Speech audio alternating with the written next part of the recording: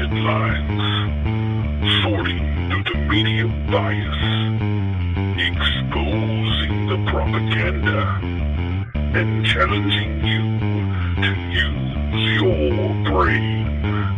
It's time to tap into the truth.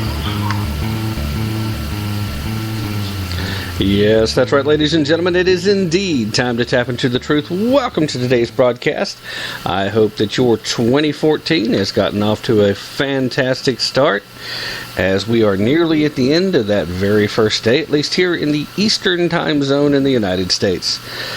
Some of our friends a little further west still have a few hours left, depending on where they're at.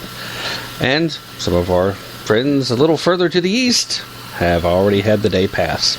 So wherever you are, whatever you may have been doing, like I said, hope that your 2014 is off to a great start. Not everyone can say the same, though. In fact, we're going to start off asking the question, exactly what's going on with crime and punishment here in the United States. There are some ridiculous examples of things going on that we do need to take a look at before we get into the ideology of what is no longer a crime, at least in the state of Colorado. But we'll delve into that briefly. I want to start off with the situation going on with a man who is being charged with a federal hate crime for his participation in the particularly heinous act that is commonly referred to as the knockout game here in the States. See, it seems that the Obama administration has filed a federal hate crimes charge last week against a man whom authorities accused of using the knockout game to target a black man, videotaping it and then bragging about it to just random strangers. Now, not the kind of thing that you really want to do if you're trying to get away with an action.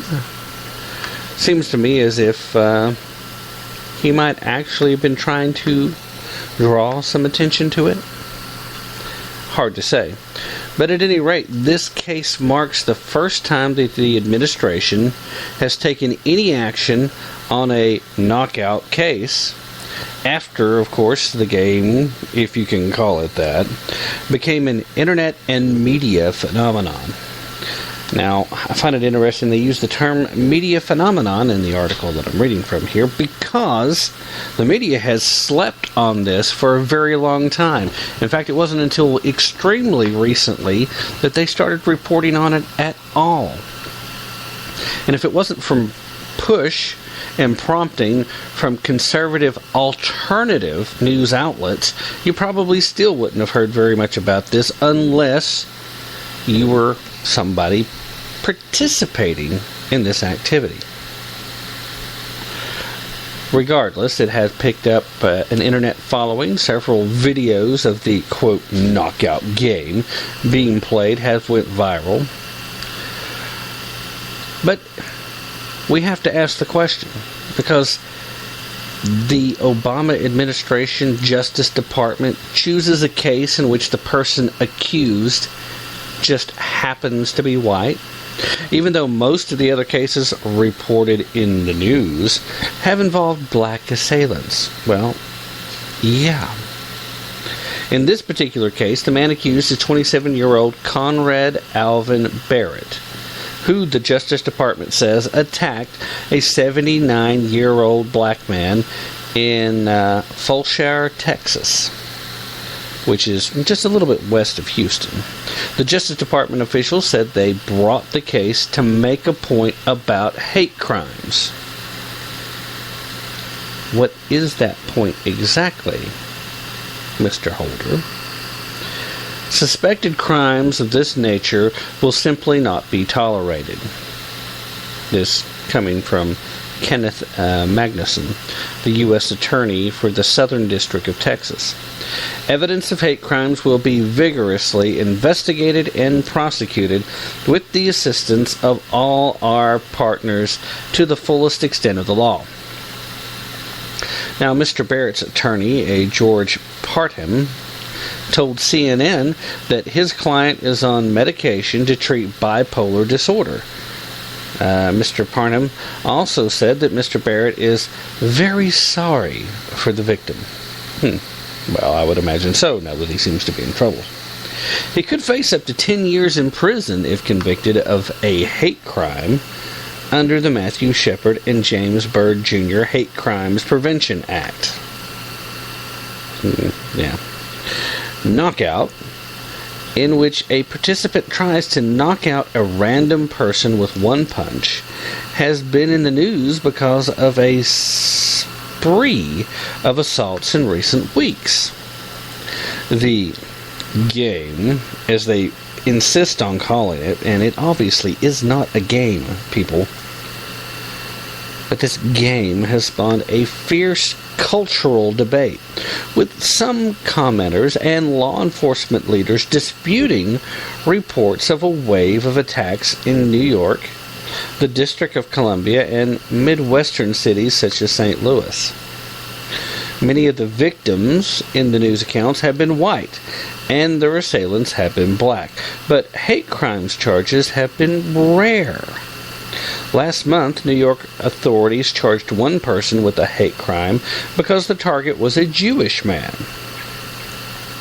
The Texas case came to authorities' attention after Mr. Barrett showed a video he took of the assault to a couple he didn't know at a restaurant back on November 24th. And the FBI said in an affidavit submitted in the case, one of the couple was an off-duty arson investigator and peace officer. After they left the restaurant, the couple reported the video to a police officer and identified Mr. Barrett. The police officer confiscated the smartphone containing the video and began an investigation that ended with a criminal complaint filed on Christmas Eve and the arrest this past Thursday. According to the FBI statement, Mr. Barrett spent a week trying to work up the nerve to try knockout. The FBI said that in the video from November 24th, the day of the assault, Mr. Barrett said he wanted to see, quote, to see if I were to hit a black person, would this be nationally televised? I guess he's getting the answer to his question. It certainly has attracted national attention by the feds. The video shows him stopping his car, approaching the 79-year-old man and asking, "How's it going, man?" before a loud smack is heard and the victim falls to the ground. Barrett laughs, says knockout, and then flees. Now, the FBI affidavit said that, and in other videos, the FBI said Mr. Barrett uses racial epithets and says blacks, quote, haven't fully experienced the blessing of evolution. Guess a window into his mind there. The victim of the assault, identified as R.C., lost 3 teeth, suffered a broken jaw, and had 2 metal plates inserted into his mouth. Local police identified him as the victim, and he confirmed he had been walking down a street November 24th when he was attacked. So, this is a hate crime.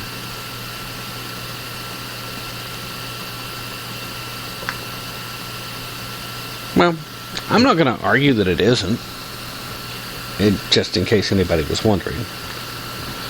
He, based on some of the other things that he said, I mean, the comment about not enjoying all the full blessings of evolution certainly makes him sound like he is very bigoted.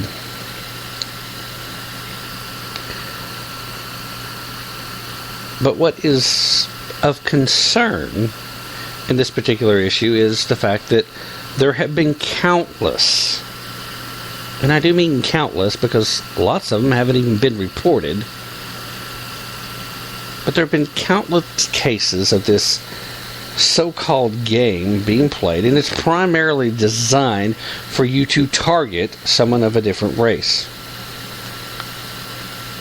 Where have the feds been in wanting to charge hate crimes in these cases? It's very difficult to sit back and say it's okay in one case and then say it's a hate crime in another if you're choosing your targets based on race.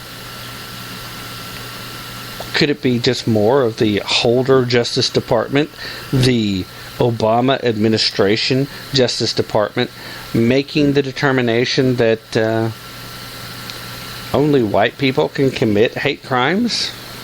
That certainly seems to be the way that they want to play this. It'll be interesting to watch how this continues to play out also, because in the past, most liberal-minded people working in the justice system have always wanted to cut a break to people who require special medical attention. Suffering from bipolar disorder, needing to be medicated, certainly would qualify under that stint, I would think.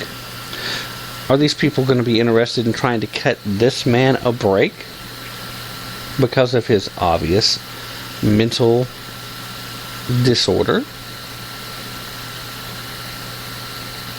Something tells me from the way things are looking, they're not. So then the other question becomes, are they now also going to start charging some of these other knockout game participants with hate crimes, regardless of what their skin tone may be?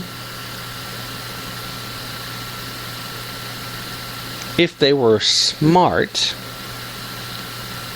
they would know that the only way to successfully prosecute criminal offenses is to do it in a reasonable fashion and in an equitable fashion.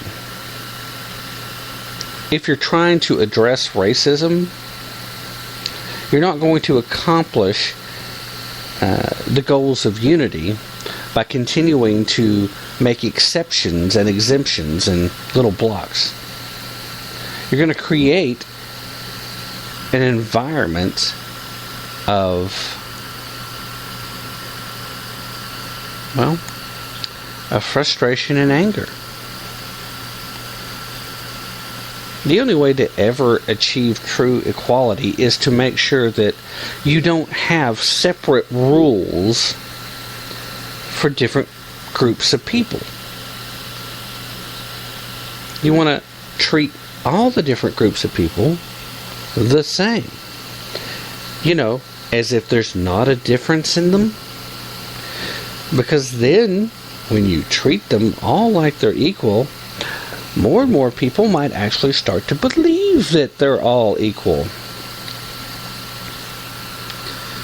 Back when affirmative action first started in this country, there was a large number of better qualified candidates that lost out on job opportunities because of quotas.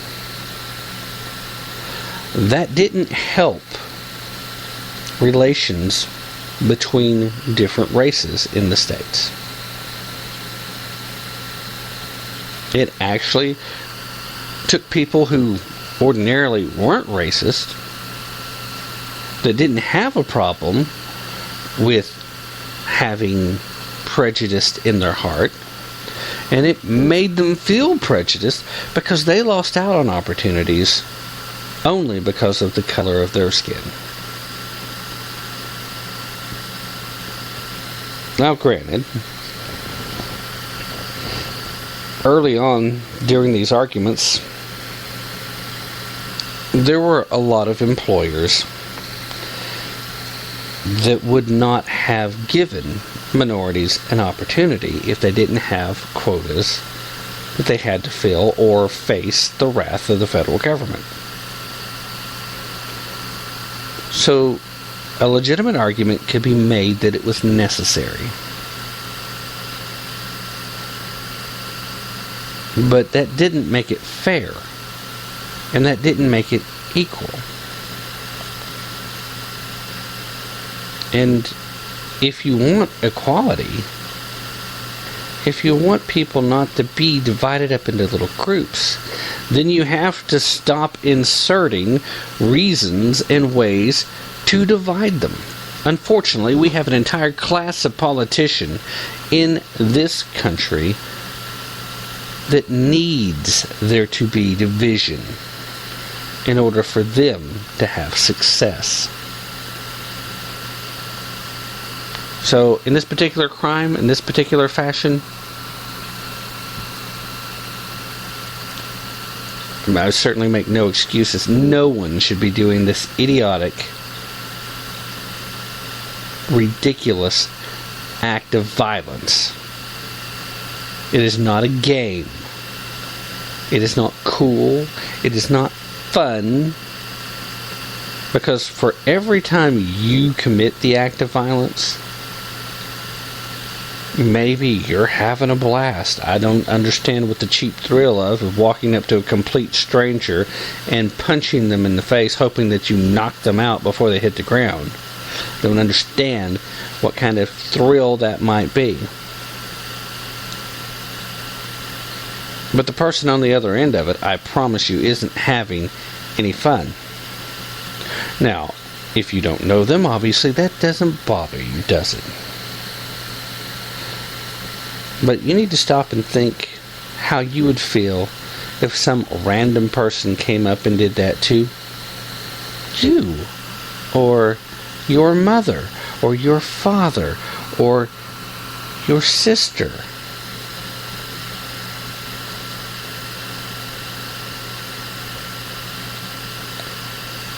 This type of activity is over the top. There's no excuses.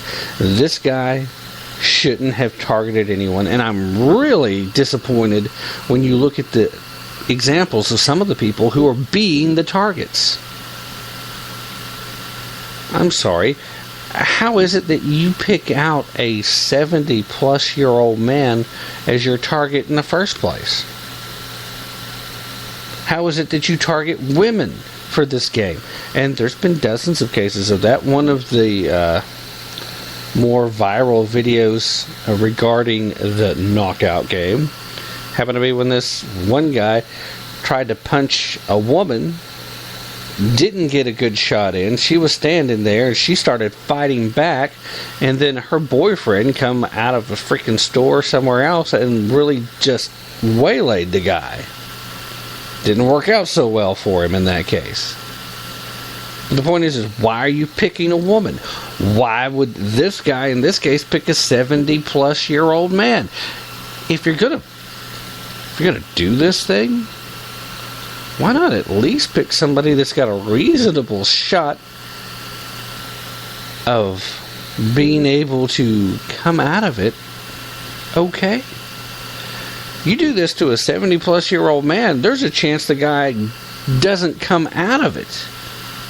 A shot tough enough to break a jaw in this case could be tough enough to put him into a coma. Really want to catch a murder charge? It's ridiculous. So stop. Stop doing this moronic crap. It's just stupid. But then looking at the crime and the punishment side of it, ultimately this is still just simple assault.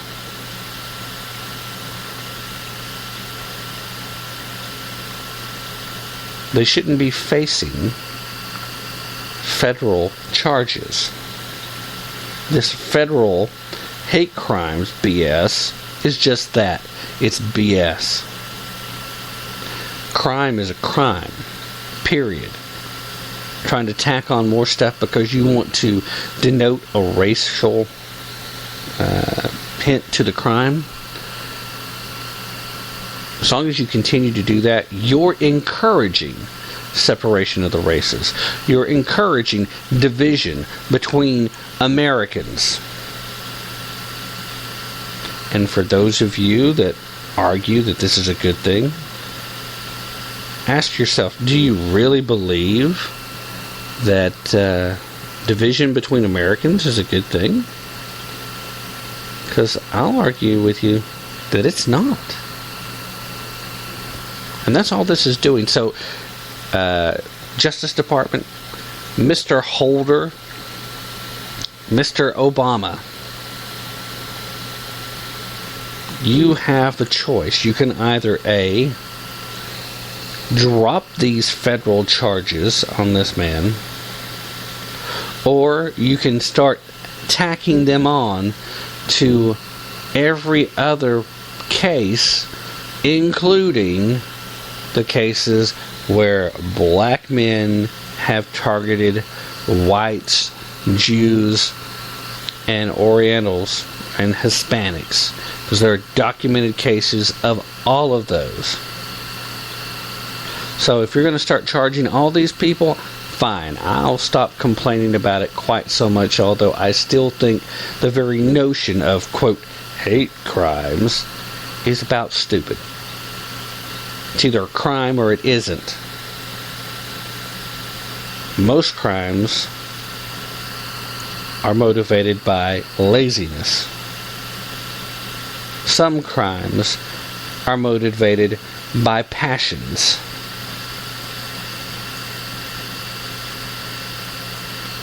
But to want to tack on extra charges like this is really just a way of trying to pick and choose who you're going to punish. It's not a good idea. Also, in the crime and punishment section for today, and we'll hit this real quick, a man gets 4 years for defacing a Torah scroll. Now, an ex-hotel guard pleaded guilty to spitting on prayer books. This guy, he worked security. He was a security guard. He was sentenced to 4 years in prison for defacing a Memphis Jewish school's Torah scrolls and prayer books.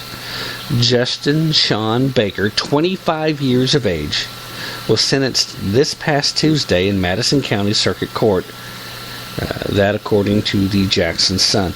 Baker pleaded guilty earlier last month, admitting in court to violating the civil rights of students at a Hebrew academy in Memphis.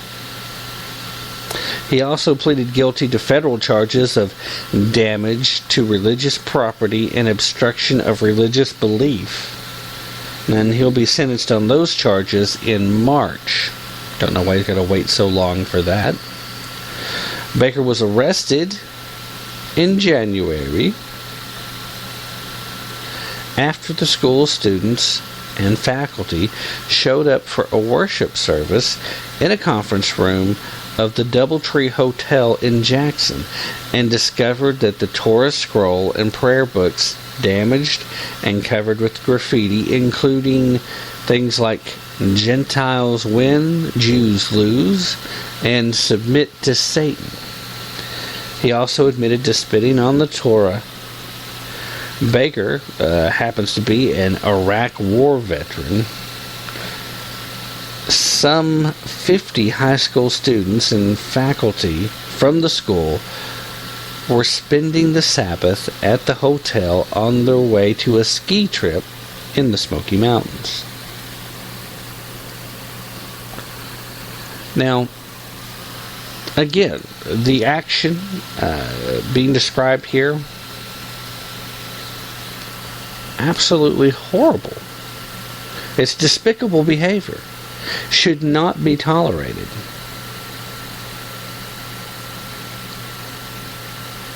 But 4 years in prison, with more charges yet to come. Remember that too.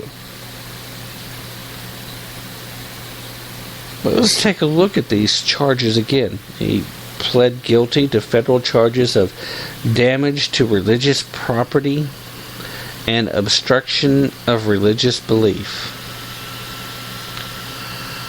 Are they going to make the same charges against all the Democrats that passed Obamacare, since they're still hot and heavy about trying to force the contraceptive mandate on religious companies? I mean, don't they qualify for that under this particular... I'm just saying. I would love nothing more than to see the look on Nancy Pelosi's face if Eric Holder showed up at her office with a warrant charging her with obstruction of religious belief.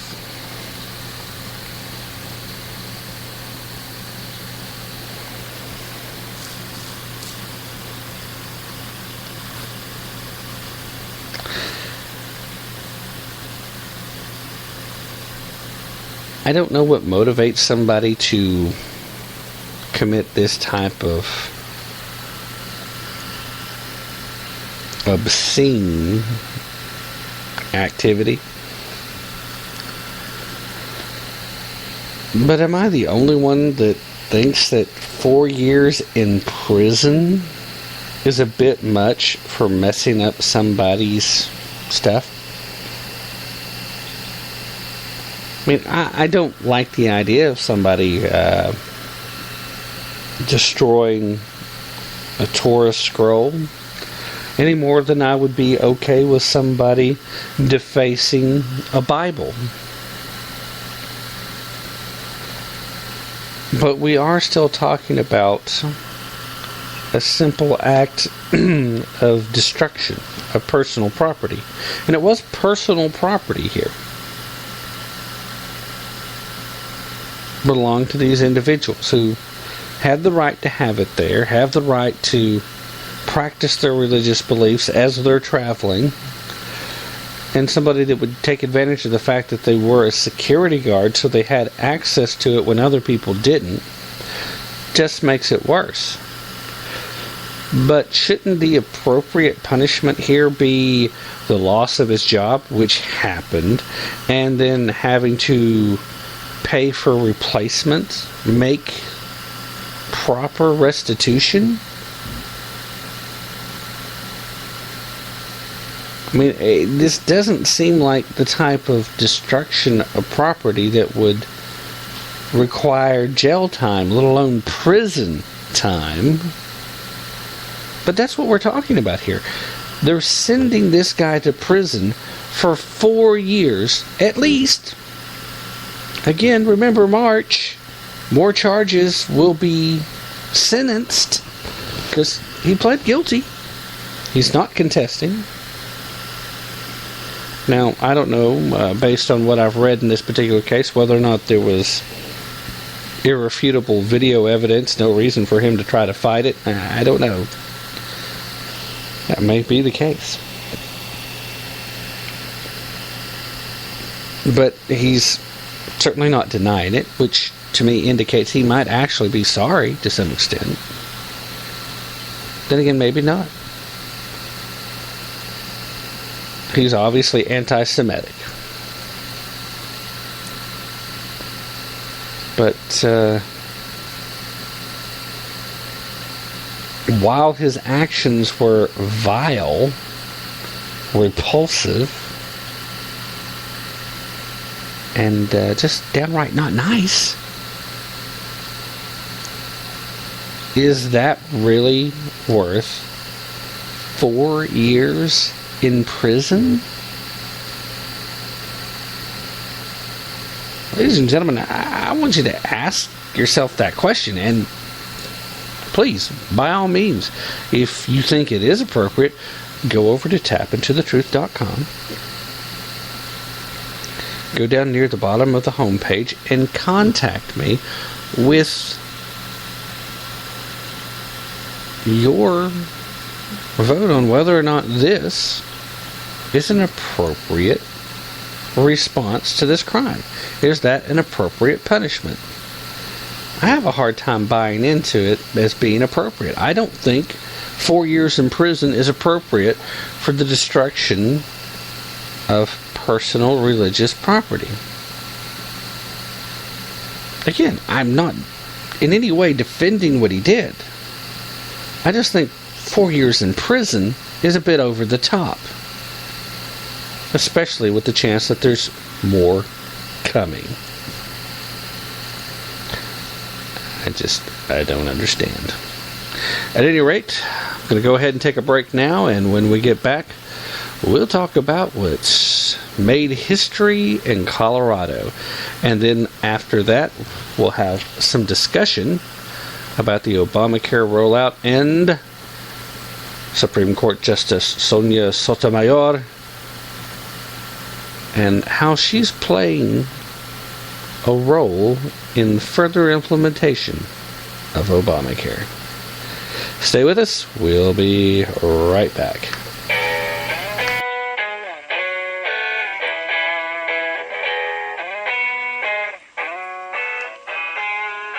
Tap into the truth. Check us out at tapintothetruth.com for our latest blog posts and for links to all of our past broadcasts. Don't forget to like us on Facebook and to follow us on Twitter. That's Tap Into the Truth right here on Spreaker Radio.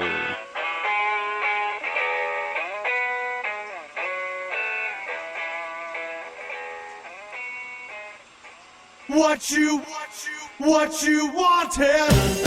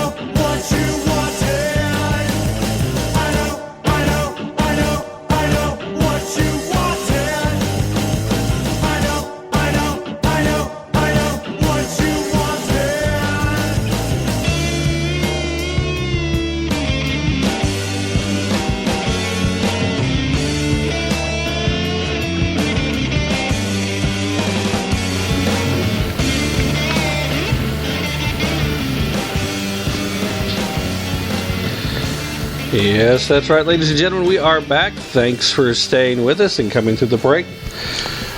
I'd like to take this opportunity to remind everybody that here on Tap Into the Truth, we utilize Magnitude Music Services.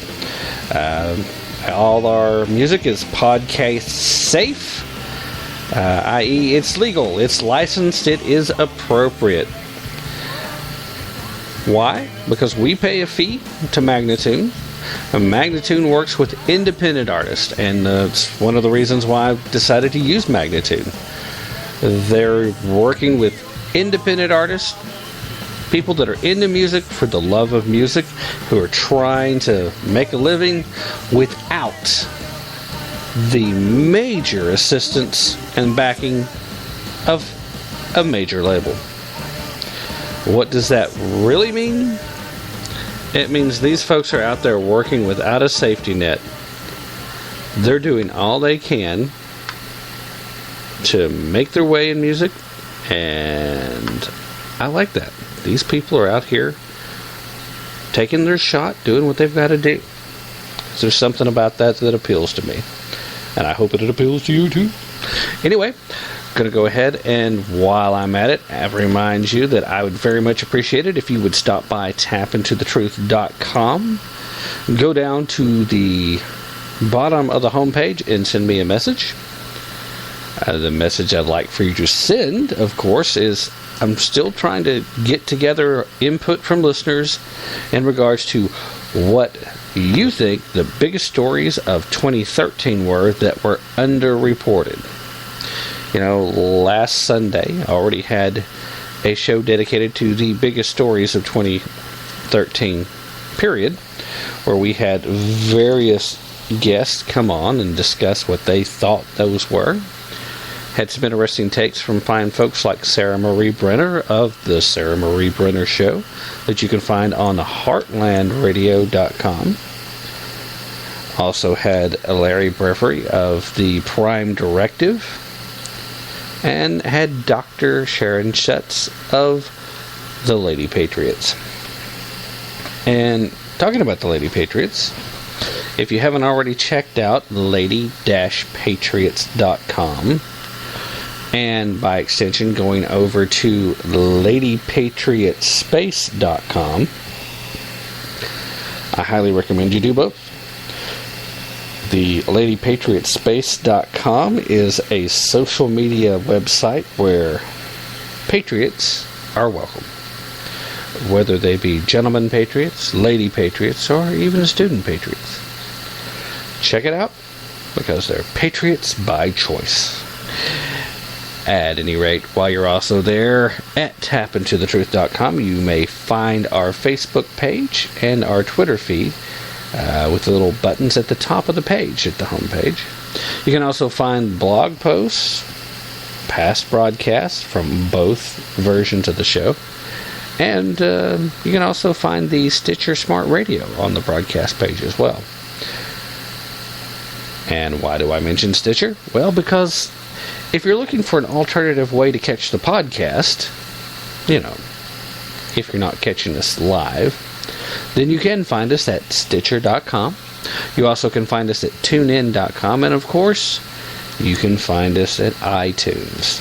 So, lots of ways to find the program, and for everybody that checks us out on any one of those, thank you. Appreciate you listening. Now, before we move forward with some of the legal questions in regards to Obamacare and what's going on there, I want to spend a little time talking about history that was made on the first day of the year in the state of Colorado. If you're a fan of 420, if you pursue the recreational use of marijuana, then you already know exactly what I'm talking about. Because today, well, actually, since it's after midnight now, yesterday,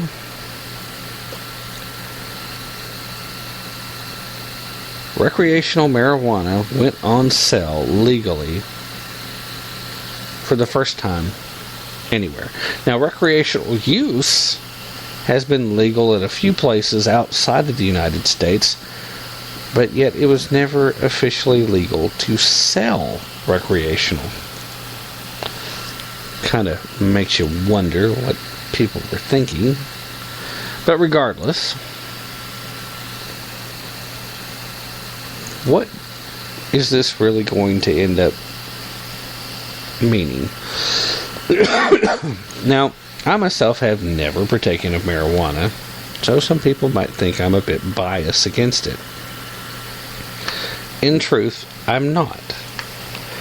I have concerns about its use as a gateway drug, and I know some people say, no, it's not that, blah, blah, blah. I happen to know for a fact that for some people it is.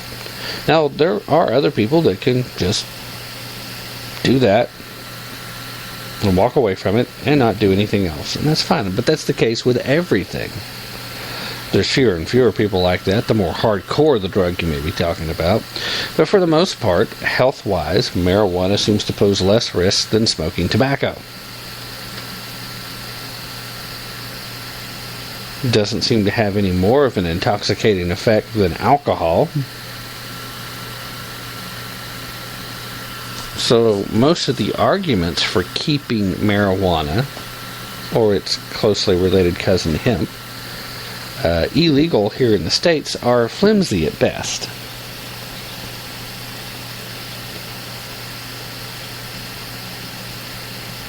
But what happened today? Well, naturally, the retailers and the folks that were pro selling the marijuana in Colorado said that today was a great success.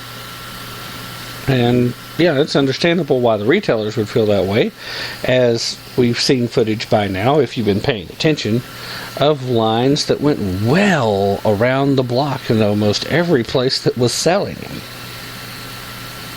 Now, there were folks that expressed concern that it might affect availability of product for the medical marijuana purchasees in the state. That even if it didn't immediately impact availability, that it certainly would impact price. Supply and demand kind of thing. And my question comes from the fact of, what was anybody really expecting? Now, evidently there were people expecting the doomsday activity of, just free-for-alls and violence in the streets and what have you, but keep in mind, folks, typically marijuana tends to mellow people out, kind of moves them away from violence. So it didn't really seem likely that there really would be very much of it. Just a lot of folks that were interested in partaking legally. Now, I've questioned for some time whether it would be such a problem if it was to be made legal. I think that if you made it legal across the U.S., that chances are you would see a lot of crime diminish. Certainly would see a lot of the black market, as it's called, use of the marijuana and sales thereof diminish, because even if you can get it significantly cheaper, because let's keep in mind too that Colorado has some pretty high taxes, which is to be expected. So what does Colorado really have going on right now? Besides currently having some of the strictest gun control laws in the state, now they've legalized recreational use of marijuana. Sounds an awful lot like California, doesn't it? Although California hasn't went quite that far with either one. Sounds like left coast thinking. Could that have anything to do with the mass migration of Californians who were actually fed up with the way things were going in California, decided Colorado was beautiful, loved the place, moved there, and then make the mistake of bringing the same brain-dead, left-leaning philosophies on politics that they were trying to escape from? Of course, that kind of thinking just doesn't seem to apply when they walk into the voting booth. It's mind-boggling when you think about it. Why would Colorado ever have such strict gun control laws statewide when they essentially were one of those frontier states?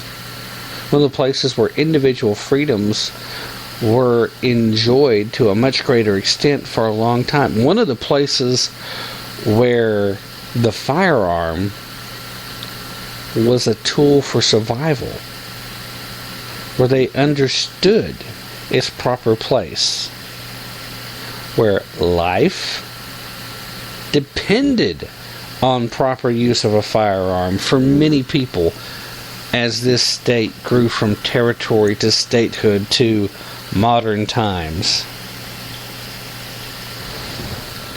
Having strict gun control laws in Colorado is almost as oxymoronical as the state of Utah passing anti-Mormonism laws. It would be stupid. Yet, the strongly leftist Democrats that have been put in office, both in the governor's mansion and in the state legislatures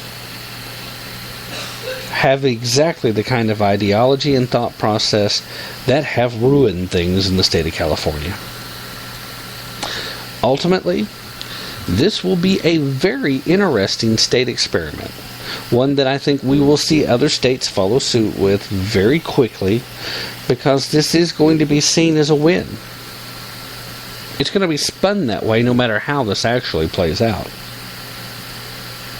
You're going to have certain groups of people that are against it because they tend to lump marijuana in with all the other troubling illicit drugs that are out there. Now, whether or not that's a fair assessment, well, I think that still comes down to a matter of opinion. There are certain inherent dangers with marijuana.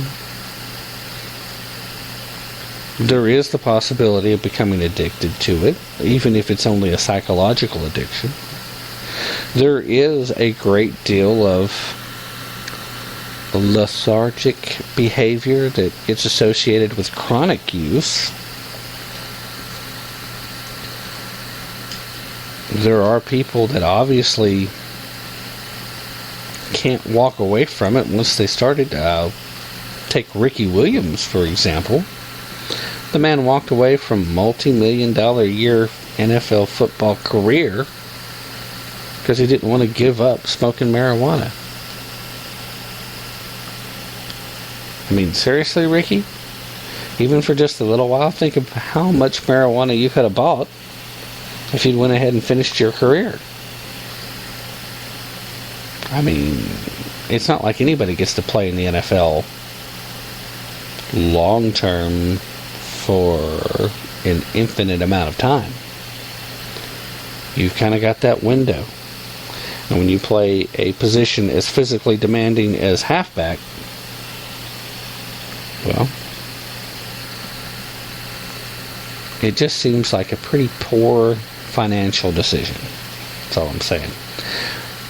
And my point is that it's not the kind of financial decision one makes unless you have an addiction. So with that having been said, what will happen in Colorado? I don't know. First day was an indicator. It looks like things will go fairly smoothly. Aside from the fact that for the next several weeks you're going to continuously hear jokes about Denver being the mile high city. It's really not even that clever of a pun, but you're going to hear it. You're going to hear it a lot. You just heard it right here. The real test is going to be about 6 months in, seeing how things are progressing. Are people still going to the legal stores to purchase it legally? Or will people actually go to their street sources again, more so than before, because they're not going to be afraid of being caught with it, because they can always claim that they bought it legally. Why would they do it?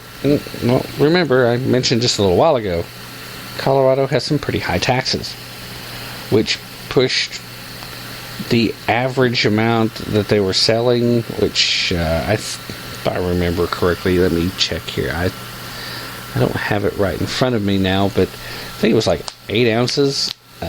They were selling like 8 ounces, which is half a pound, for about $34. And they were also restricting the amount you could purchase. 4 ounces for out-of-state people, and it looks like 8 ounces for in-state folks. So I guess that's a way to try and provide some level of protection for the supply, giving a preferences to in-state purchasees. Just offhand, can't help but wonder, is that even legal?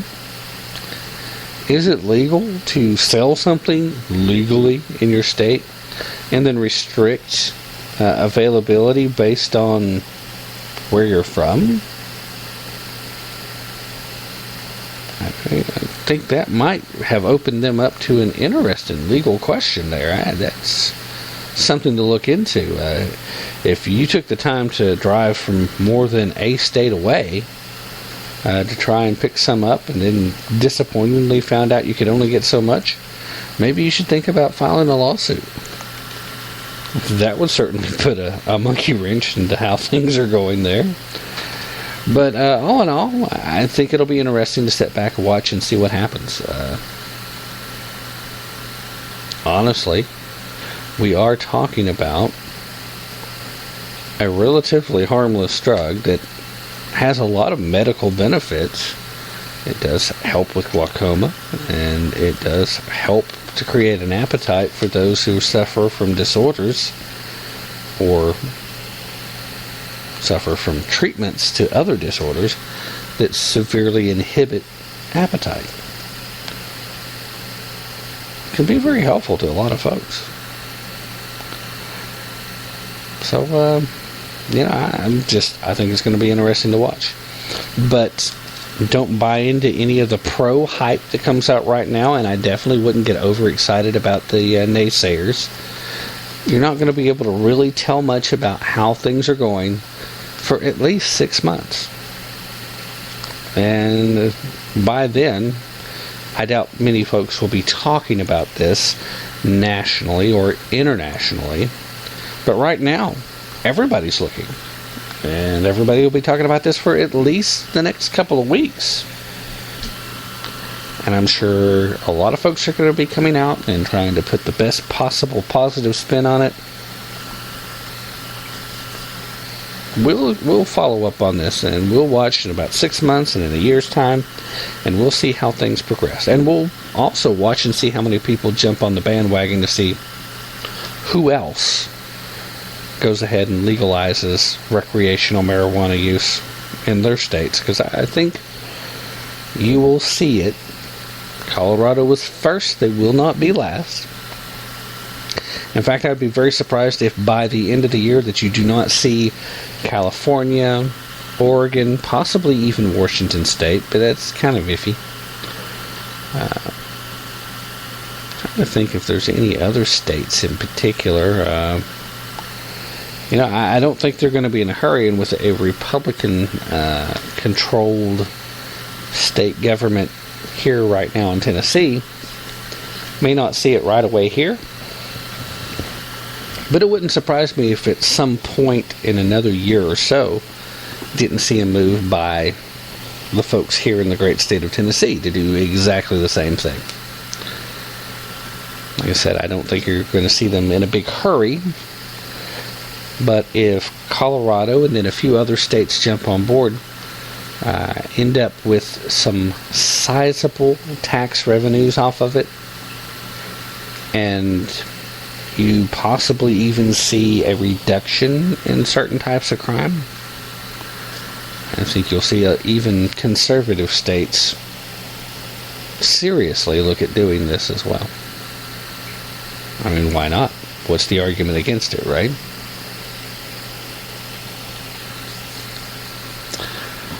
Moving on to the next subject for today, I want to kind of take a segue story into tonight's main story that I really wanted to talk about, which was Sotomayor's decision.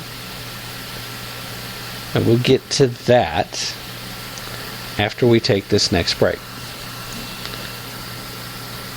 So we've got a segue topic, which kind of relates because it's Obamacare related.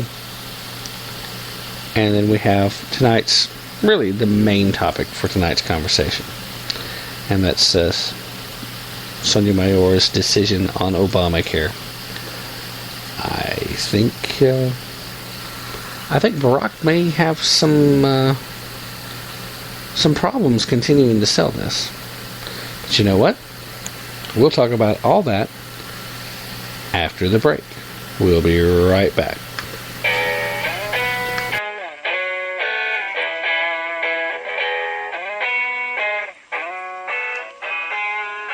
Tap into the truth.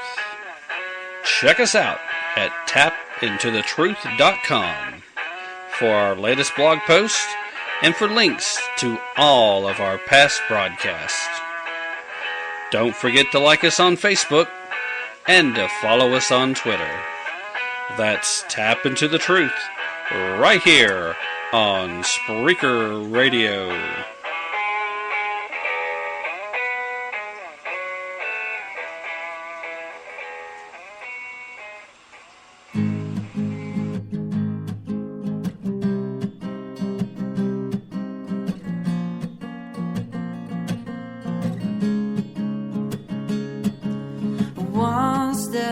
Out the door and I fall through to a whole new world.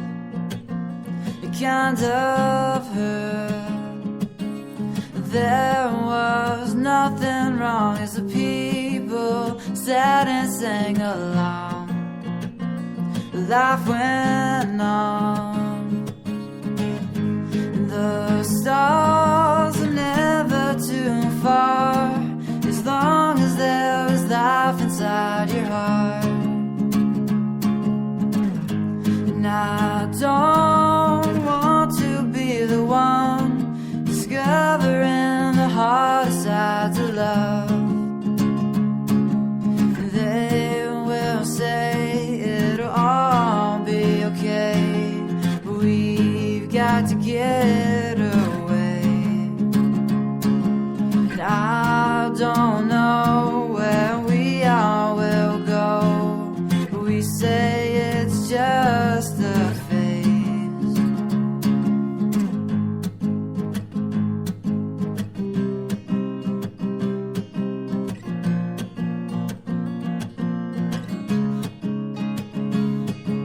Some say there's a place where a dreamer makes a steady pay, keeping sane.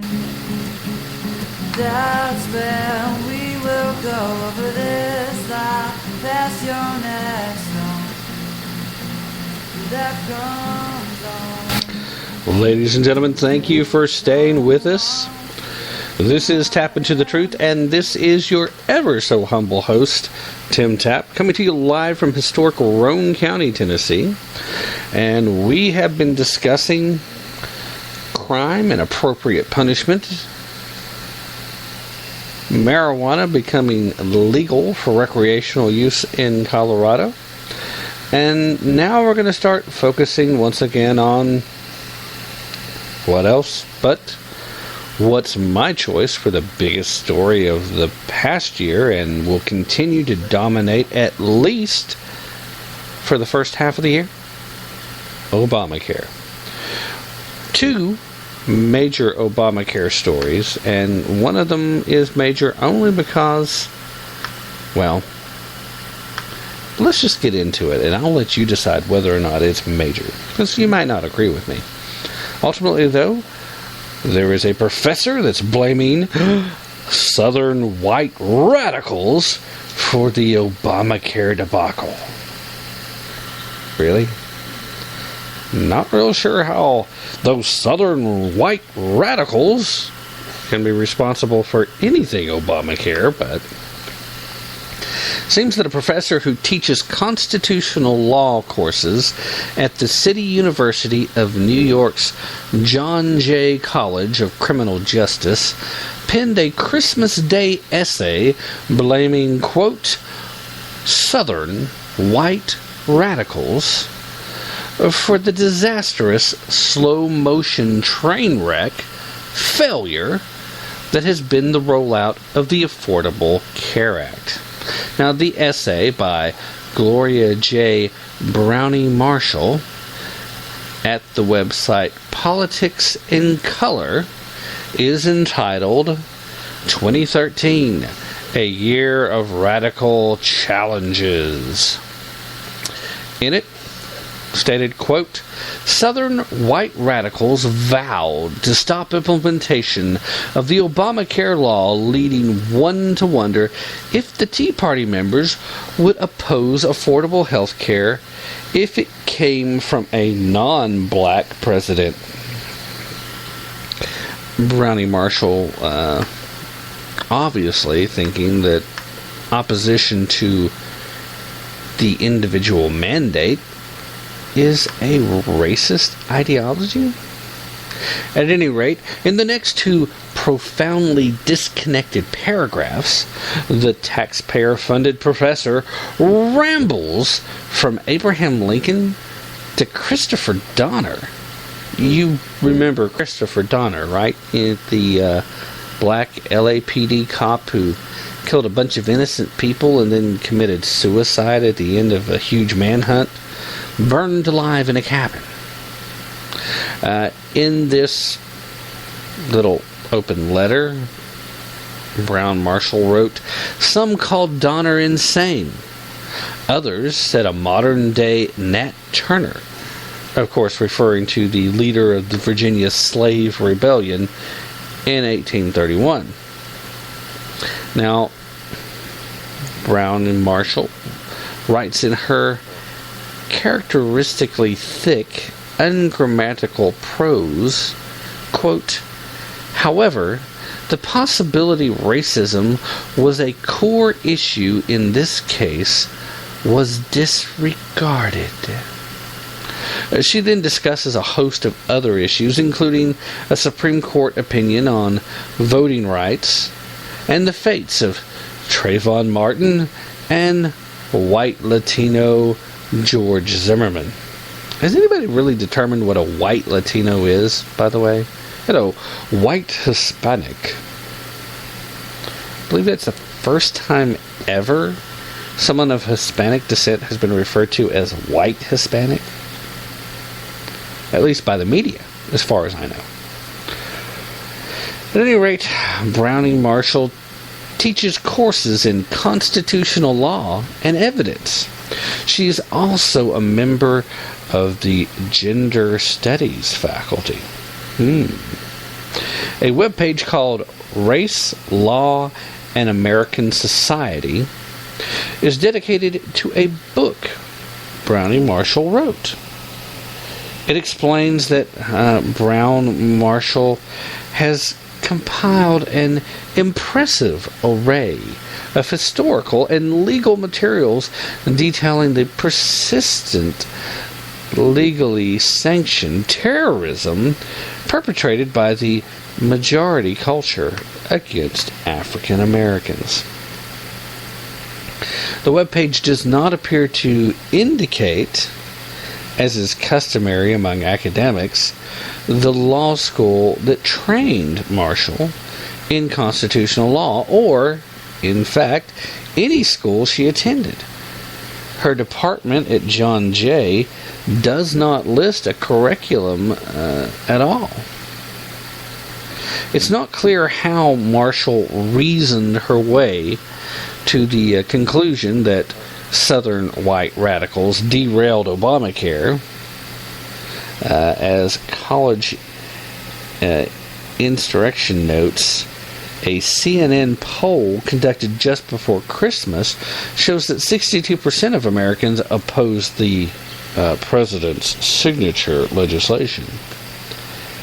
More than 4.7 million Americans have had their health insurance canceled as a result of the massive new healthcare regime. At the same time, the Department of Health and Human Services confirmed just this past Tuesday that between federal and state exchanges, only about 2 million Americans have signed up for Obamacare coverage. Now, John Jay College of Criminal Justice lauds itself as the preeminent national and international leader in educating for justice. Students at the very well-located Manhattan School mainly study criminology, correctional studies, and stuff like that. Constitutional law really doesn't figure in very much, I would imagine, but she makes a statement that it's white Southern radicals that are the reason that there's so many problems with Obamacare. Throughout her little essay, Professor Gloria actually doesn't provide any evidence of that whatsoever. It doesn't make any sense to most people. This woman's supposed to be an educator, and she's supposed to be teaching people constitutional law. Yet she can't even make a coherent argument in her essay to her assertion of who's responsible. I wonder if the thought actually has occurred to her that responsibility might actually fall with the outside third-party people, like the Tides Foundation, who had a large hand in writing the bill, and that it may actually just be flawed, that there could actually be problems, or that there could actually be people of various colors and ethnic backgrounds that don't particularly care for this policy because it is intrusive, because it limits individual freedom, because it takes away a lot of personal choice. Could there be non-racist reasons for opposing this so-called health care law? I don't think it really seems to matter to some people. She, like a lot of similar academics, seem to believe that if you disagree with this president, although I really have a hard time even referring to him as that, I much prefer the term occupier because I really don't believe the last election was won by him.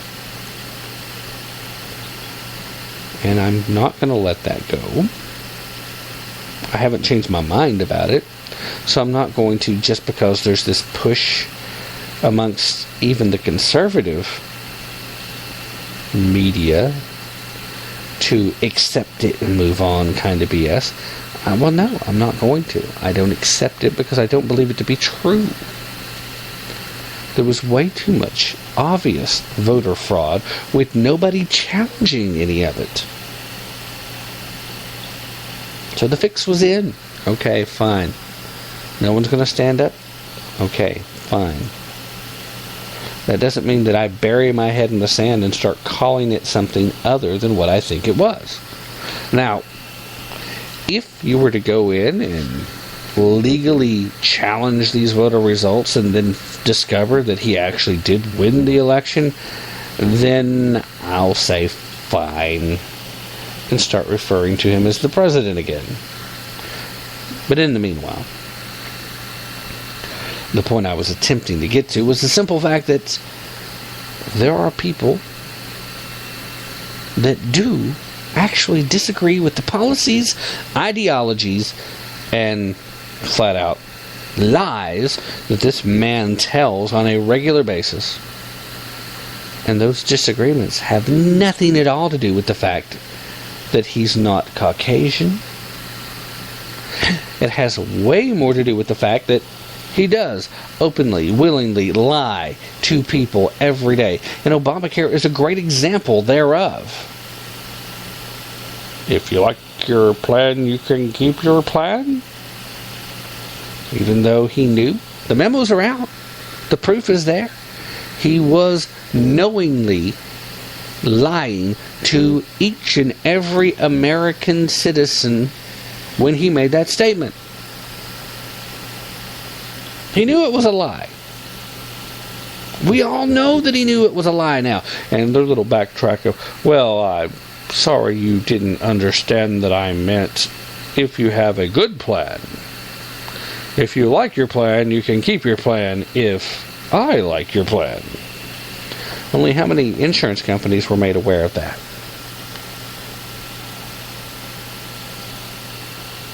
Evidently not many. And what if your plan was from your employer?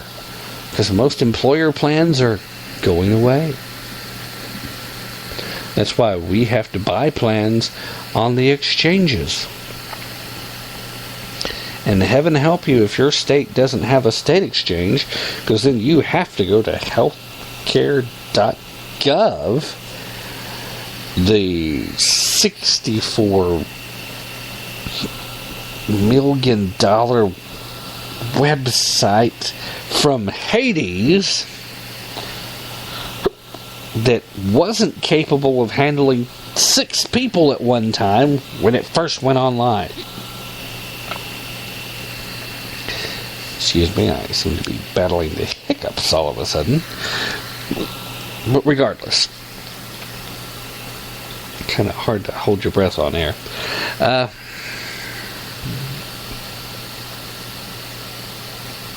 Is this really a major story? No. But it plays in with the next story because it shows the short-sightedness of those people that are still supporting this legislation. They're using false arguments, and they're still trying to use the only card that they seem to have when it comes to making an argument for those that disagree with the occupier. And that is, well, if you don't agree with him, you must be racist. You must be racist. I'm upset about Benghazi. Racist. I'm upset about Fast and Furious. Racist. I'm upset about the IRS targeting conservative groups. Racist. Haven't we gotten to the point by now that when some mealy-mouthed liberal utters the word racist that it has no power left anymore? Hasn't it been overused to the point that we all pretty much have to chuckle at it at this point? Aren't we there yet? Honestly, aren't we there yet? Hasn't that been enough? Should it bother you anymore if somebody comes up and tells you you're a racist? At this point, somebody actually can be doing something racist. And if one of these people come up and say you're a racist, should it matter? Should we pay any attention to that anymore?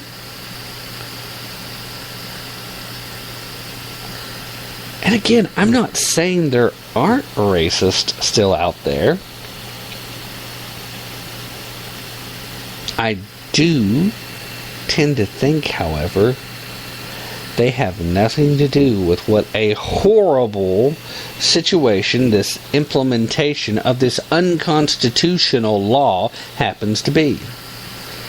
Regardless of the ridiculous and most egregious stretch of the Commerce Clause that was instituted in defining Obamacare as being constitutional.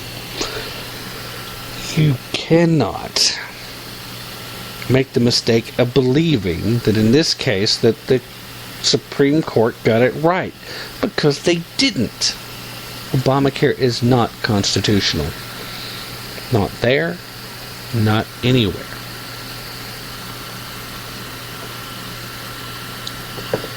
The Commerce Clause was never meant to be pushed this far.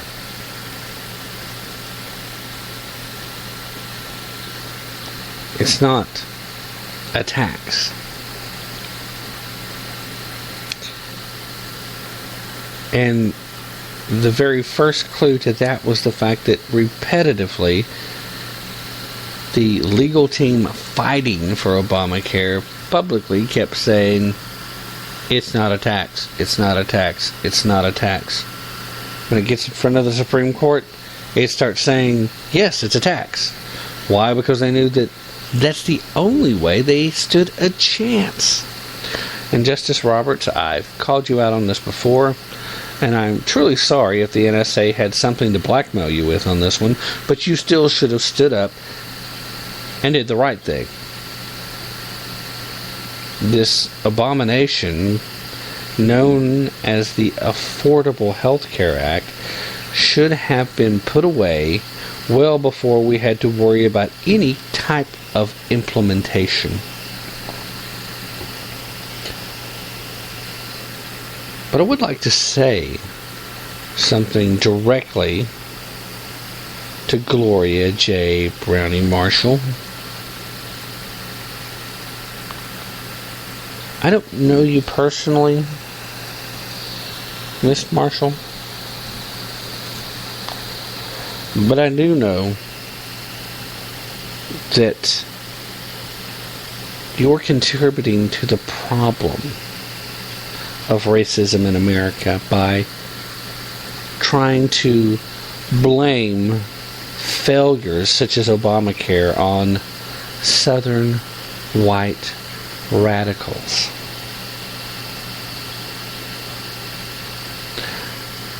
I don't know how much time you've spent in the South, Miss Marshall. And I certainly don't know how much of that time you have spent recently. But we're not just a bunch of racist bigots down here.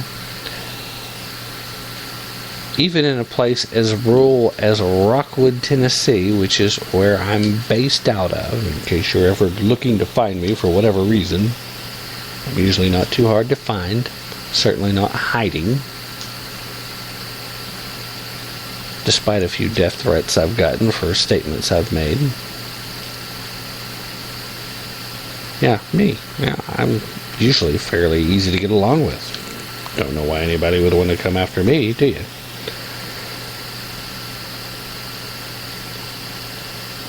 There are more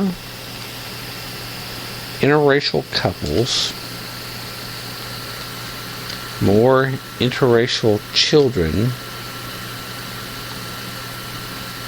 than you can shake a stick at, to use the quaint Southern saying.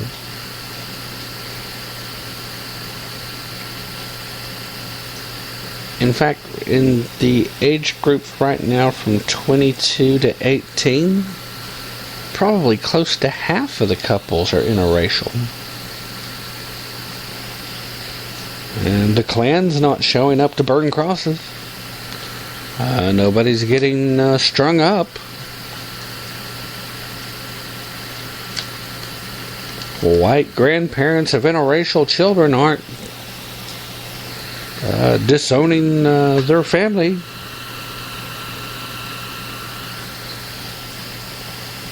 We're not a bunch of racist white radicals down here in the South, Gloria. And our problem with Obamacare has nothing to do with the skin tone of the interracial child that is currently occupying the White House. Our problem is the fact that it's bad policy. It used to be in this country bad policy equaled bad politics. Not anymore. Just cover it up and scream out racist, and that makes it all better.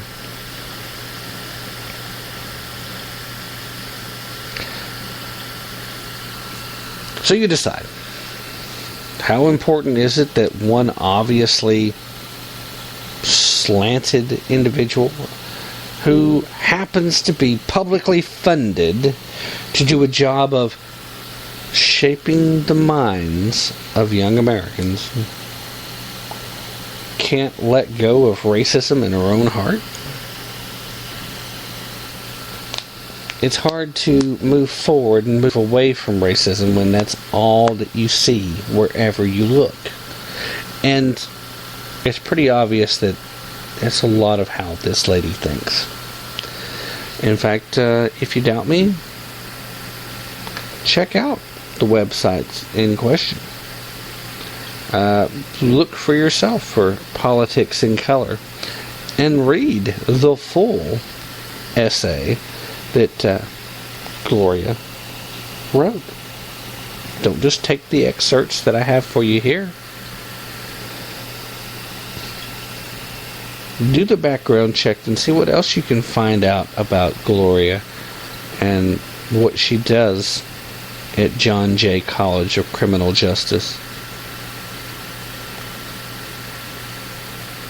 the more you look at the things she's written and the things she says, she seems to have a lot of difficulty trusting people of another color. All right, we're going to take a quick break, and then when we come back, we will talk about how religion has entered into the Obamacare argument. We'll be right back.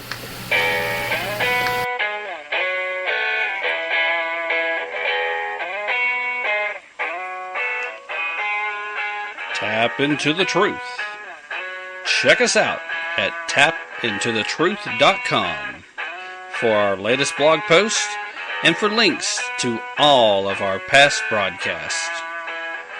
Don't forget to like us on Facebook and to follow us on Twitter. That's Tap Into the Truth.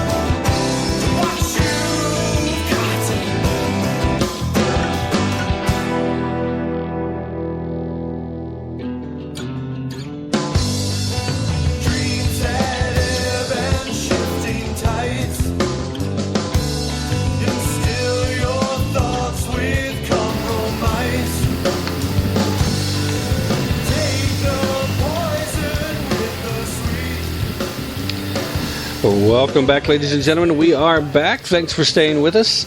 This is Tap Into the Truth, and I am your host, Tim Tapp. Would like to remind you once again that we use Magnitude for our musical service, so everything is licensed and legit. We are podcast safe. And if you're looking to find the podcast someplace other than right here at the show page, you can find us at Stitcher.com, TuneIn.com, and of course at iTunes. You also can find links to the past episodes and players at tapintothetruth.com. And remember, I am asking everybody, please go to tapintothetruth.com and send me a message. Down near the bottom of the homepage, there's a place where you can either put in information and send a message, or a little bit below that, there is an email me button, and you can hit that and just send an email direct. And either way, what I'm asking for, because I'd like to do a countdown show on the topic, the biggest stories from 2013 that were underreported, get the least amount of coverage by the mainstream media. It's kind of tricky, and how you decide which part's more important and whether it got enough coverage based on how big the story was, and that's up to you. Make your decision, make your choice, and then let me know. And still not getting a whole lot of feedback on this one, folks. And if I don't get the feedback, I can't do the show. I'll just have to sit back and do it all on my list. And yeah, I could sit down and just make out a list of what I thought the biggest stories were that were underreported. In fact, I tend to think that Lois Lerner's retirement may have very well been the most underreported really big story, as the administration tried to sweep the IRS targeting under the rug. The fact that she was put in place specifically to do that and had done such a great job of it. She was being promoted to be in charge of Obamacare enforcement at the IRS before her leave of absence and then retirement, as the imaginary scandal continued to grow. Might also Been one of the more underreported stories, talking about how countless Mexican citizens found themselves injured or their family members killed at the hands of weapons that ended up in drug cartels' hands because of Fast and Furious. And yeah, I'm not talking about the movies starring Vin Diesel and the recently passed Paul Walker. We're talking about the Justice Department gun walking operation that is illegal to begin with. But I guess if the Justice Department's doing it, who's left to charge them with a crime? How about a local sheriff? You know, just strictly speaking, the sheriff has that authority. At any rate, let's get to today's main topic, shall we? Supreme Court Justice Sonia-Sotomayor, an Obama appointee, for the record, put religion at the forefront of the Obamacare debate once again by offering a reprieve to nuns who want to opt out of the Affordable Care Act. Sotomayor issued the order late Tuesday, one day before parts of the health care law were set to go into effect. In her order, Sotomayor said that government is temporarily prevented from enforcing contraceptive coverage requirements against the Denver-based Little Sisters of the Poor Home for the Aged, and must respond by 10 a.m. Friday. Now, the White House responded Wednesday, the 1st, saying that the group isn't subject to the requirements because it doesn't apply to self-funded church plans.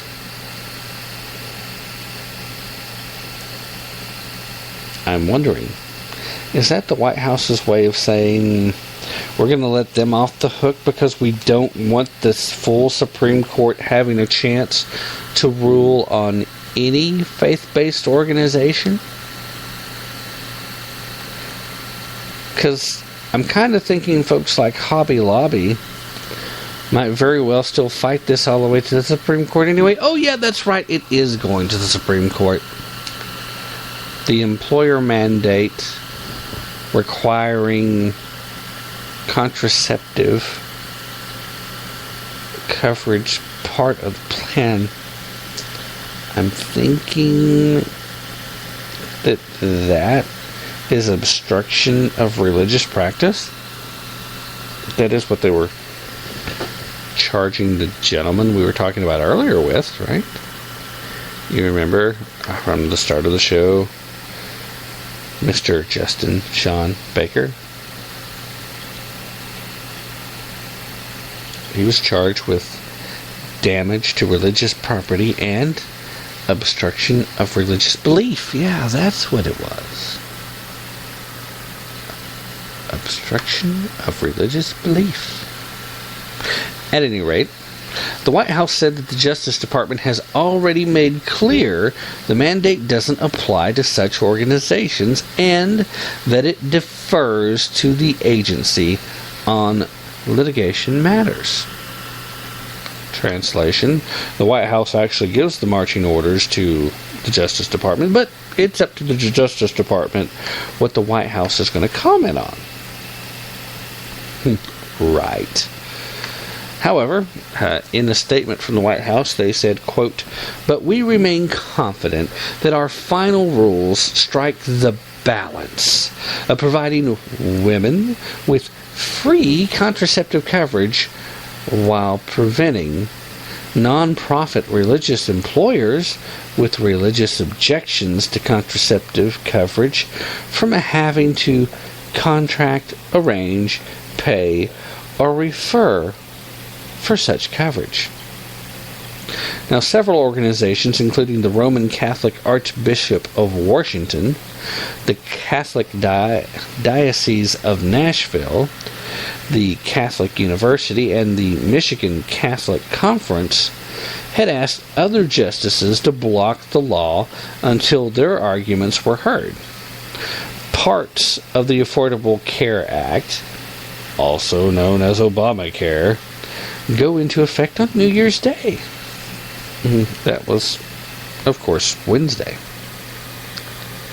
On that day, quote, a regulatory mandate will expose numerous Catholic organizations to draconian fines unless they abandon their religious convictions and take actions that facilitate access to abortion, including drugs, contraceptives, and sterilization for their employees and students. This, a quote from lawyer Noel J. Francisco. Now, he had said in an appeals to Chief Justice John Roberts and Justice Elena Kagan. However, the law requires employers to provide insurance that covers a range of preventive care, free of charge, including contraception. The Catholic Church prohibits the use of contraceptives. Now, the Supreme Court in 2012 upheld the constitutionality of the core of the Affordable Care Act, saying its insurance mandate and the tax penalty enforcing it fell within the power of Congress to impose taxes. That's a pretty big stretch. The Obama administration crafted a compromise, or accommodations, that attempted to create a buffer for religiously affiliated hospitals, universities, and social service groups that oppose birth control. The law requires insurers or the health plan's outside administrator to pay for birth control coverage and creates a way to reimburse them. Well, according to Francisco, that's still not enough. Why? Because, quote, in short, under the accommodation, applicants must authorize their third-party administrators or insurance companies to provide the very products and services they find morally objectionable. He also said that, quote, suffice to say, the accommodation does not resolve applicants' religious objections to the participation in this regulatory scheme. Now, Roberts and Kagan handle emergency requests for the U.S. Court of Appeals, for the Federal Circuit, and the Sixth Circuit. They can act by themselves or involve the rest of the court. Federal judges have refused to issue stays in these cases, and the appeals courts have not ruled on the request for an injunction. Francisco said that 11 federal judges have entered permanent or preliminary injunctions against the birth control mandate as it applies to nonprofit religious organizations, while 6 others have refused to do so. Francisco said that if Catholic organizations don't comply with the law, they face fines of $100 a day per affected beneficiary. That means for each one of their employees. And if they drop their health care coverage, they will be subject to an annual fine of $2,000 per full-time employee after the first 30 employees.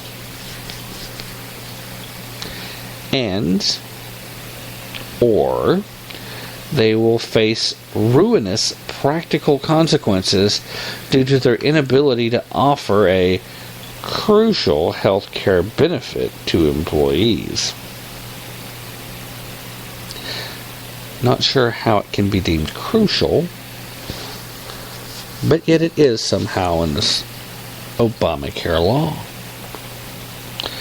Now, Francisco went on and added, quote, "In short, applicants are faced with a stark choice: violate their religious beliefs or pay potentially crippling fines." It, of course, was not immediately known when the justices would act, but more than 90 million individuals participate in health plans excluded from the scope of the mandate. Francisco also said at that point, quote, "The government, however, has steadfastly refused to create a broader religious exemption, either for individuals seeking to run their businesses in accordance with their faith, or for nonprofit religious organizations beyond houses of worship." On Wednesday, Missouri Republican Senator Roy Blunt applauded Justice Sotomayor's move.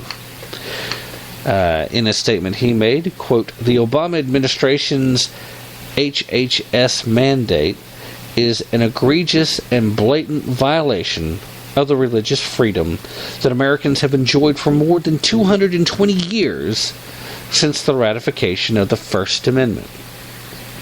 I'd say for a bit longer than that, actually, but this is Senator Blunt's statement. He also said that no American should be forced to surrender their religious freedom or abandon their deeply held religious beliefs. Now, the justices have already agreed to rule on whether businesses may use religious objections to escape a requirement to cover birth control for employees. The court will consider two cases involving Hobby Lobby Incorporated, an Oklahoma City-based arts and crafts chain with roughly 13,000 full-time employees, and Conestoga Wood Specialties Corp., a Pennsylvania-based company that employs roughly 950 full-time employees making wood cabinets. Now, in the lower courts, Hobby Lobbies won their cases, while Conestoga Wood Specialties lost theirs. The combined cases probably will be argued in late March, based on how the docket's looking at the moment. So you can expect a decision somewhere in summertime. The fact that Justice Sonia-Sotomayor sided with the religious exemption may hint towards where the court will fall in its entirety. She is one of the more liberal justices. I mean, she's not quite Ruth Bader Ginsburg, but she's not exactly Clarence Thomas either. If she's going to side on the religious exemption, then I find it difficult to believe that there are very many reasons why the court as a whole wouldn't have a problem with the unconstitutionality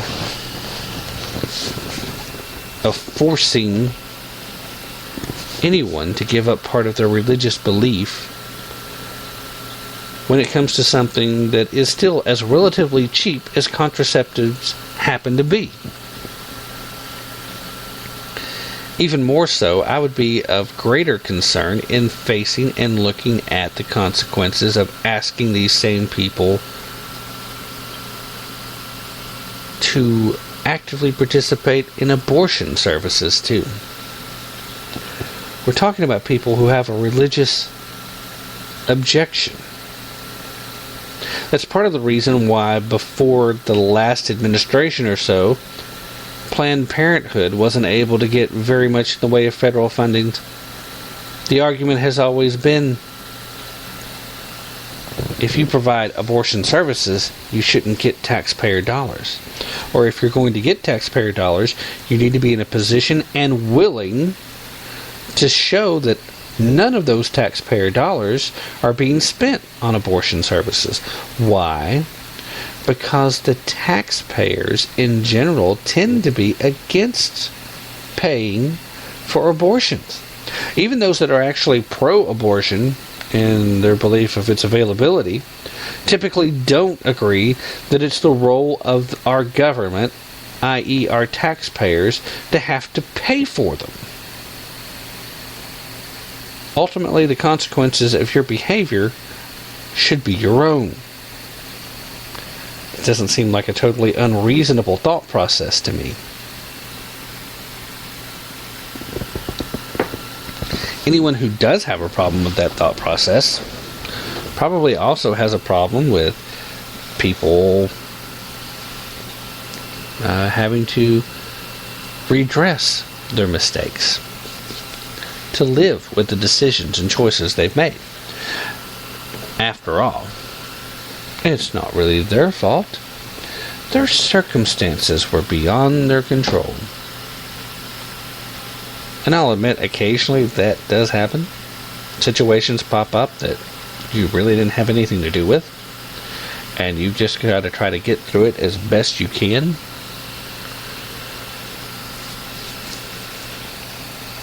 But as far as recreational sex is concerned,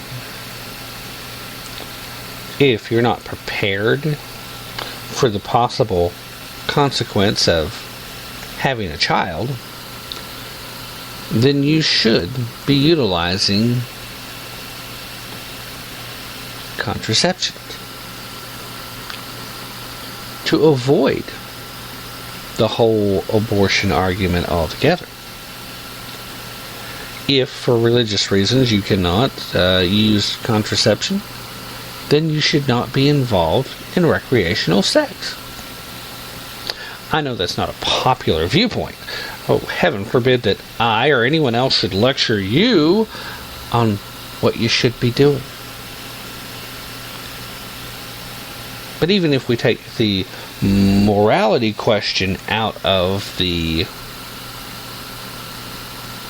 free-for-all random activities so many young people participate in these days, I do kind of sound like an old fuddy-duddy when I say that, don't I?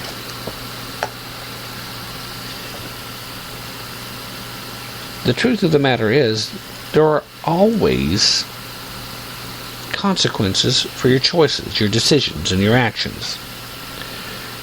If you're going to participate in a potentially risky behavior,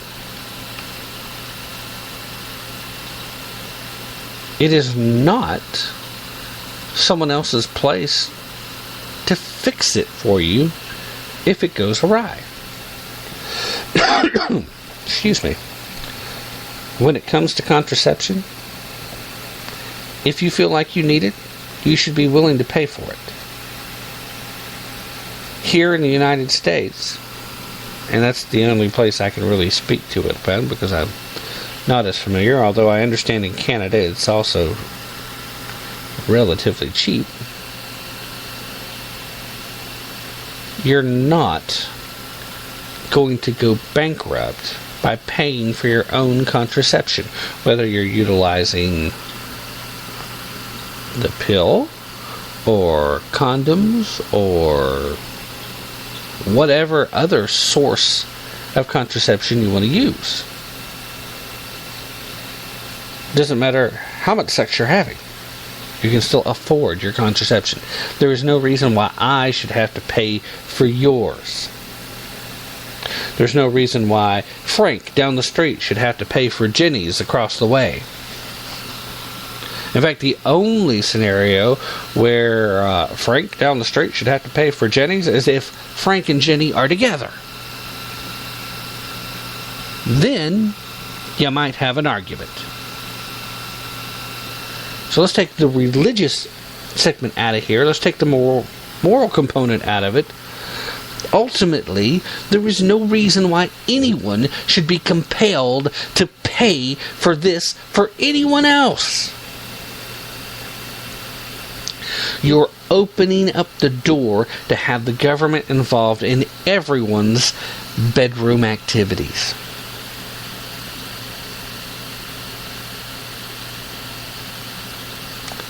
That's a dangerous door to open, my friend. One I would expect most of us don't want opened. If you're okay with it just because you think it's okay, as long as someone else is paying for it, then you really ought to put a little more thought into the process.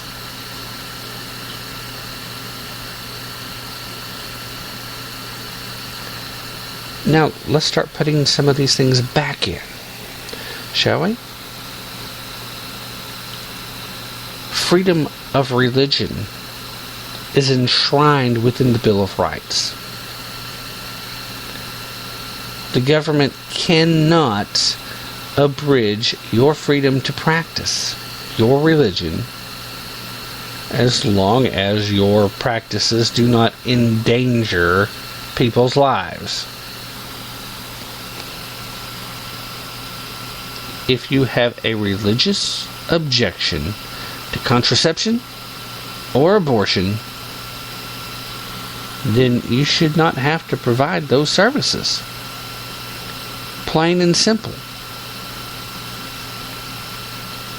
But when you have ultra-leftists pushing an agenda, a eugenicist agenda, which includes population control, then this is the kind of crap you get. This is why the so-called progressives see the Constitution as an obstacle. They want fluoride in the water, mercury everywhere, and they want contraception. They want abortion. They want everybody paying for it, and they want us doing it in a fashion where it's difficult to be challenged. Ultimately, they want us thinking that it's all okay. Now, abortion's not okay. Morally, you're committing a murder. It's not about reproductive rights. It's not about women's rights. The women's right in this argument ends the minute conception takes place. That's what the contraception's for. But don't expect me to pay for your inability to make good decisions. Make better choices, and you don't have to worry about negative repercussions. Period. Premarital sex, extramarital sex, all bad ideas. But ultimately, you have to answer for those, so I'm not going to pass any judgment on that. I am going to pass judgment if you're so inept, so emotionally and mentally bankrupt as to be willing to step up and take responsibility for yourself. That you need to be called out on. No one out there listening should want to have to rely on the government to force people that don't agree with your lifestyle to pay for your lifestyle. It's not what our federal government was set up to do, and it's certainly outside of the bounds of the Constitution. So, can a law stand if any part of it is unconstitutional? Obviously, we've had cases in the past where the Supreme Court has struck down provisions of a law and not the law completely. So we'll see how this goes. I think it'll be interesting. I think we'll be talking about this some more later.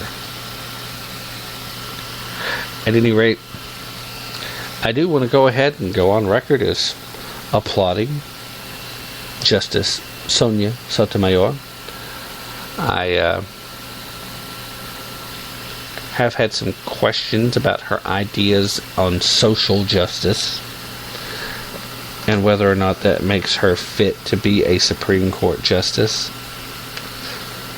But at least in this particular case, for the time being, she seems to be siding on the case of the Constitution, which is what all Supreme Court justices are supposed to do all of the time. Doesn't always happen, but that's what's supposed to happen. So, kudos for not feeling pressured to side with the man who appointed you, but with actually honoring the Constitution as you understand it. That's big. It's a good thing. So congratulations, Sonia Sotomayor. You got it right, at least for now. We'll see where that goes. Now, before we sign off today, and I am going to go ahead and get on out of here shortly, did want to briefly mention a lot of talk today, earlier today, about the loss of James Avery. As far as I know, he was the first celebrity of 2014 to die. At just 65 years of age, the actor, who's best known as Uncle Phil on The Fresh Prince of Bel-Air, he's no longer with us. So not a particularly happy start to the new year, at least for the family and friends of James Avery. I'll be interested in seeing what the tributes look like over the next few days. But Mr. Avery's was a very talented actor. I'd seen him in a few other roles, and I had always appreciated his skills and talent as an actor. The man was dedicated to his craft. He was good. Most people probably will really only remember him as Uncle Phil, but he'd been in some other roles. He was deeper than just Uncle Phil. But even then, on The Fresh Prince of Bel-Air, he did an extremely good job in his portrayal of the character. So, thoughts and prayers to the family and to all of his friends who will be mourning his loss.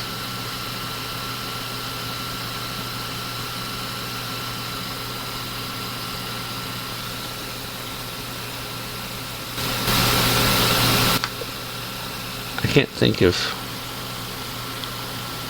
too many other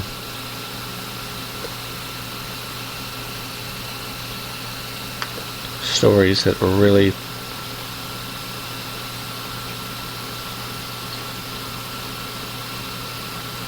such a big deal. I mean, today was dominated by college football,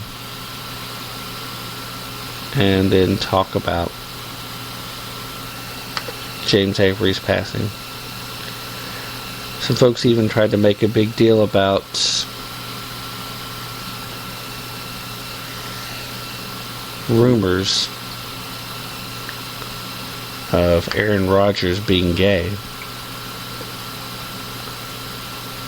But the biggest gay/football crossover story was the story of a couple,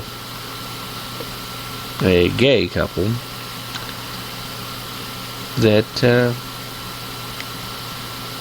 were to be married on a float in the Rose Bowl parade. Naturally, there were some protests and some people unhappy about that.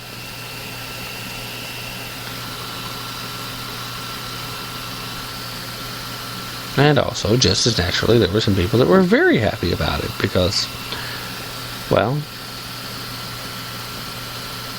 They are pushing an agenda, and they are promoting the lesbian, gay, bi, transgender lifestyle.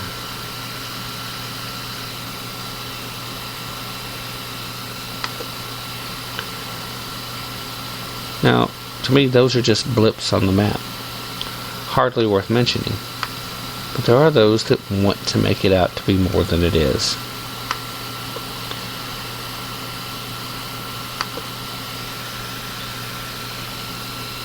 A far bigger story, and one that constitutionalists should be keeping an eye on, has absolutely nothing to do with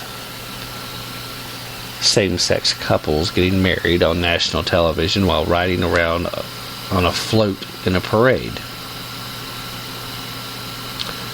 Because you see, also, a federal judge in Buffalo, New York, upheld most of New York's new gun laws, rejecting the challenge that the tight restrictions violated the Second Amendment. Judge William S.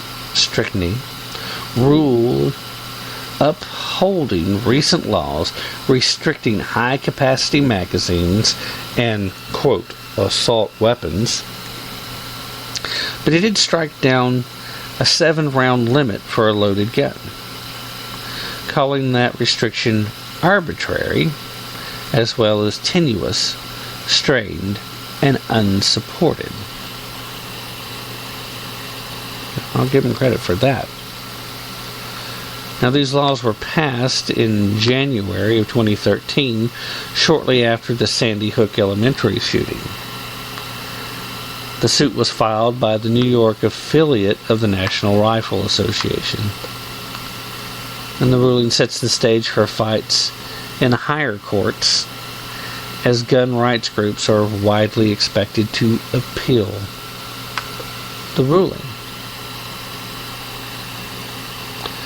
Now, that's a much bigger story. That should be something that we're watching.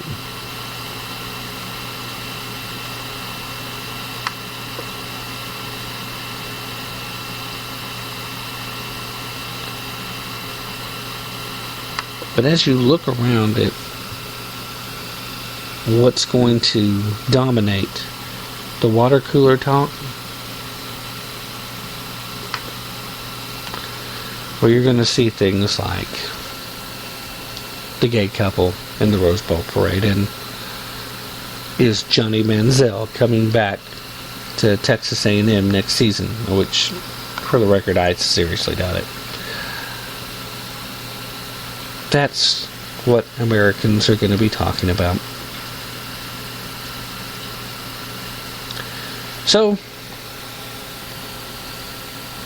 remember, it's up to the rest of us to drive the conversations and the important topics, to try and get people thinking about things that are worth thinking about. Protecting our Constitution, protecting our individual liberties and freedoms, fighting to stay free.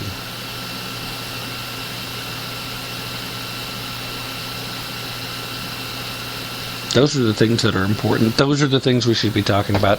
That's where the focus needs to be. But hey, as I always say as I'm closing out the show, don't take my word for it. Definitely don't take their word for it. Take a little time. Do your own research.